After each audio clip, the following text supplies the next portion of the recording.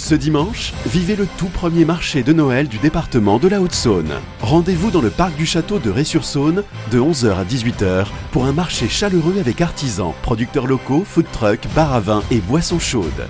En famille, profitez d'un grand espace d'animation entièrement gratuit, jeux en bois, photos avec le Père Noël, contes et musique de Noël.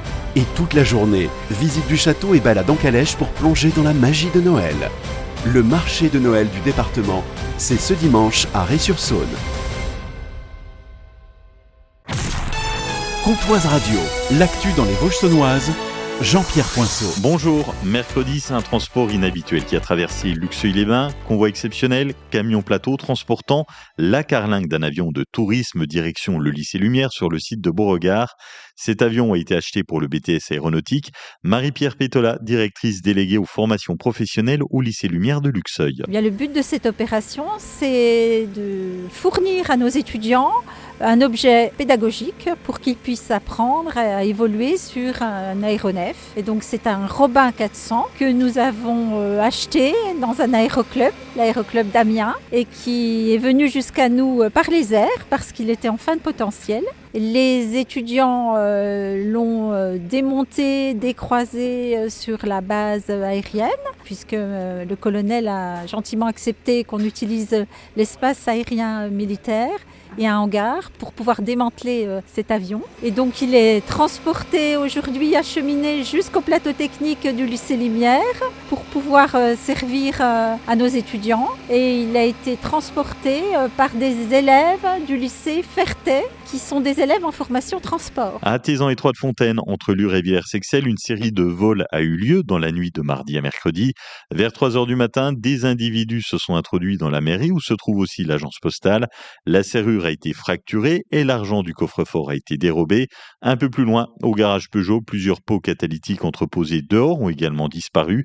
2 plaintes ont été déposées, une enquête est en cours.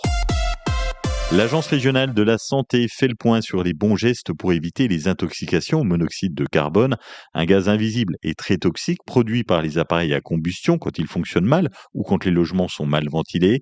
Entre juillet 2024 et juin 2025, plus de 170 personnes ont été intoxiquées en Bourgogne-Franche-Comté, 87 ont été admises aux urgences et 2 sont décédées. Et avec l'hiver, les risques augmentent. Vérifiez vos appareils, chaudières, poêles, chauffe-eau, l'entretien annuel est obligatoire. Les conduits doivent être ramonés au moins une fois par an et surtout, vous aérez chaque jour. En cas de maux de tête, de nausées ou de vomissements près d'un appareil à combustion, vous aérez immédiatement, coupez l'appareil et appelez les secours en évacuant les lieux et vous attendez l'avis d'un professionnel avant de revenir. Les chauffages d'appoint, eux, ne doivent jamais tourner en continu et les groupes électrogènes restent toujours à l'extérieur.